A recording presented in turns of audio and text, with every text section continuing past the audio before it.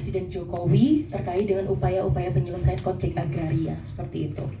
Sehingga secara kumulatif kalau misalkan setara mencoba untuk mengkalkulasikan, memang rata-rata nasional untuk indeks HAM tahun 2024 ini adalah sebesar 3,1, yang artinya adalah menurun sebesar 0,1 dari indeks HAM tahun kemarin 2023, sekaligus menurun 0,1 dari indeks HAM yang dibukukan oleh Presiden Jokowi pada periode yang pertama, yaitu sebesar 3,2. Untuk beberapa halnya mungkin saya juga izin menyampaikan justifikasinya, yang mungkin nanti juga akan ditambahkan oleh peneliti senior banget kita, Pak Ismail, gitu ya. Nah, beberapa catatannya ini kurang lebih untuk indikator-indikatornya. Nah, untuk aktualisasinya atau justifikasi kenapa kemudian muncul skor-skor tersebut, Pak. Jadi barangkali untuk hak hidup gitu ya, di 3,3 ini setara mencoba untuk men-track putusan yang sudah diputus gitu, yang sudah diberikan oleh majelis hakim melalui laman resmi Direktori Putusan MA gitu ya, dan tercatat di tahun ini ada 60 putusan yang itu menjadikan vonis mati sebagai pidana pokok seperti itu.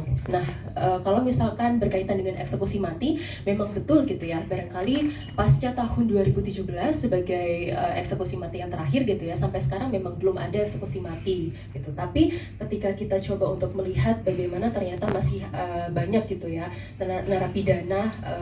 narapidana yang terjatuhi hukuman mati itu juga masih berada pada masa deret yang mewajibkan kalau memang ada masyarakat yang terdampak yang harus dipulihkan dan seterusnya, termasuk juga lingkungan hidup. Yang ketiga soal inclusive governance, ini satu tata kelola pemerintahan yang inklusif kita dorong sebagai resep ya untuk mengatasi persoalan intoleransi dan tadi pelanggaran kebebasan beragama berkeyakinan. Yang keempat soal political environment yang kondusif bagi pemajuan demokrasi. Kita tadi saya sampaikan ruang sivik kita semakin kerdil ya, semakin terbatas, semakin menyempit, dan harapan pada aktor-aktor demokrasi kita juga sudah menipis ya.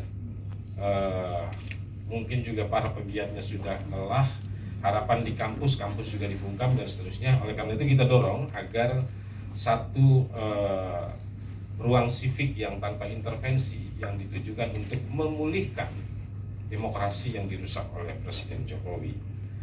Yang keempat, dan yang terakhir tadi kita dorong ada proses integrasi perspektif bisnis dan HAM sebagai instrumen mewujudkan kesetaraan akses terutama hak atas tanah dan seterusnya ya, sehingga bisnis yang dijalankan di Indonesia betul-betul patuh dan tunduk pada standar bisnis dan HAM.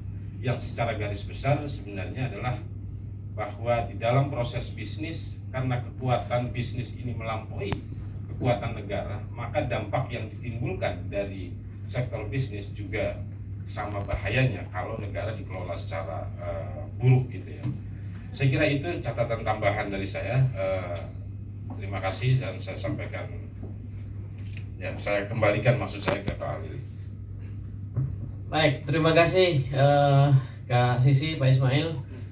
Sudah terang ya teman-teman sekalian bahwa sebenarnya dalam satu dekade terakhir di dua periode pemerintahan Pak Jokowi, kita berada dalam situasi yang sebenarnya stagnan di satu sisi, tapi di beberapa bagian seperti tadi disampaikan oleh Sisi itu mengalami kemunduran, bahkan dari sesuatu yang memang ditargetkan sendiri oleh presiden sebelumnya, Presiden Jokowi. Dan tentu saja tadi disclaimer sudah disampaikan oleh mereka berdua, misalnya ya bahwa studi ini lebih banyak untuk periode Pak Jokowi, paling tidak di tahun terakhir di 2024 ini ada 10 bulan Pak Jokowi di situ karena pelantikan presiden kan baru 20 Oktober, berarti kan sekitar 2 bulan terakhir itu Pak Prabowo. Tetapi